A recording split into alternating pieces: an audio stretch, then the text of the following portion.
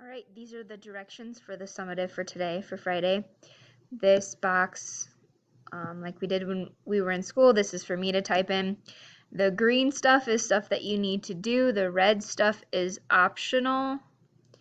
Level 5 questions. For the first standard anatomy, pretty straightforward. These first two questions should come from the web quest that we did, the introductory web quest. Number 3, so the Virus Explorer did not include coronaviruses, so I would like you guys to look up these same classifications for coronaviruses. Just simple yeses and nos would suffice there. For this question about the anatomy of the lymphatic system, you're going to click on the picture, hit edit. This is a Google drawing.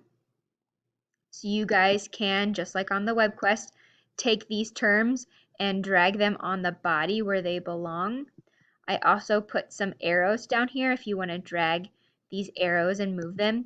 You can also create your own arrows if you would like, and then hit save and close, and that'll save your work and I'll be able to see what you guys did. For the level 5 question for anatomy, we didn't do a cat dissection obviously, but I put a link in here that compares the feline lymphatic system to the human lymphatic system.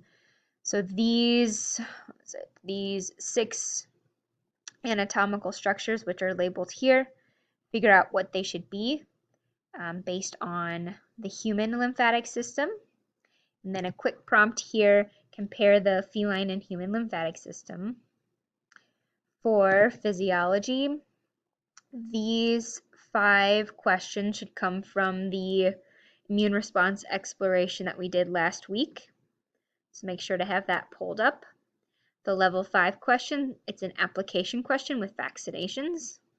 So again, if you did the immune response exploration, pull your responses about vaccinations and vaccine boosters. Medical application, so you should have your patient 0 case study pulled up, your SARS case study, and This Podcast Will Kill You, and the Pandemic 2 gameplay. So go back, review your answers, make sure you read my comments if you have not already, and make sure you're also using evidence from the activities. That's going to be really important. I don't want you to just Google these questions and find responses on the internet. I want you to use your responses and the evidence presented in the activities that we did. That's going to be really important. I'm not going to give you full credit if you just Google these answers. So use the activities we did in class. Same thing for the CER. So you're going to make a claim about how governments should respond and what they should not do when faced with a potential emerging disease pandemic. And again, this should be based on the activities we did in class. You're going to pull evidence from the SARS case study, evidence from the podcast from Friday, and evidence from the Pandemic 2 gameplay.